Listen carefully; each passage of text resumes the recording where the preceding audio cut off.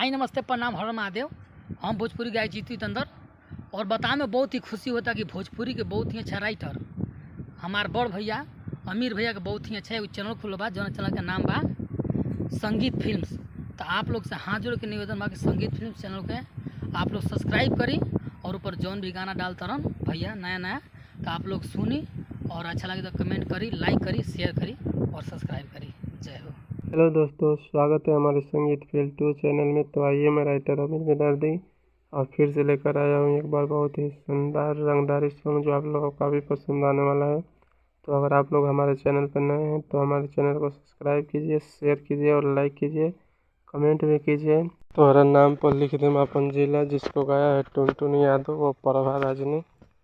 तो आइए आप सबको हम मुखड़ा का कर सुना रहे हैं। तो मुखड़ा है, कोई लव पीछे तोरा पड़ जाई भारी, ऐसे न बोला तनी मोहला संभारी।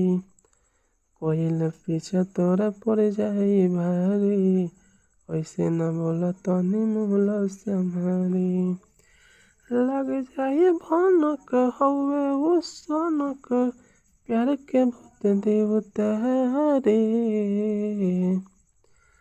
तो सुनो जान से तोहरा के मारी, यार बात करेला रंगदारी। सुनो जान से तोहरा के मारी, यार बात करेला रंगदारी। आइए अब आपको पहला अंतर सुना रहे हैं। कोहिले दूरी हमसे यही में भलाई बा, नहीं तो काले तोरे सुन नहीं आइल बा।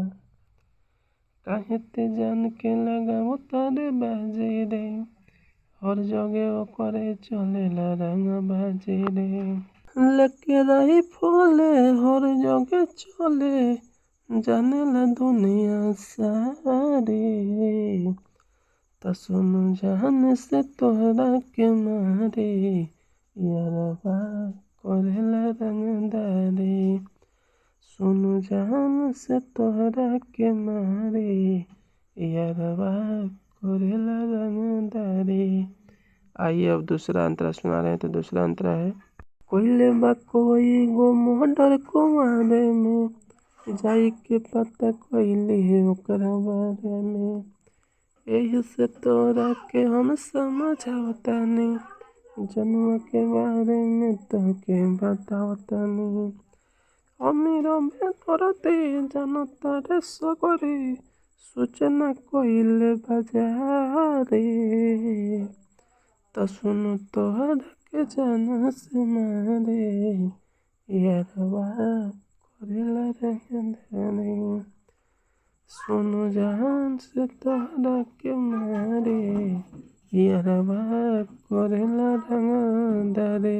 हेलो दोस्तों, तो सॉन्ग कैसा लगा? अच्छा लगा होगा तो सब्सक्राइब कीजिए, शेयर कीजिए और लाइक कीजिए, कमेंट कीजिए।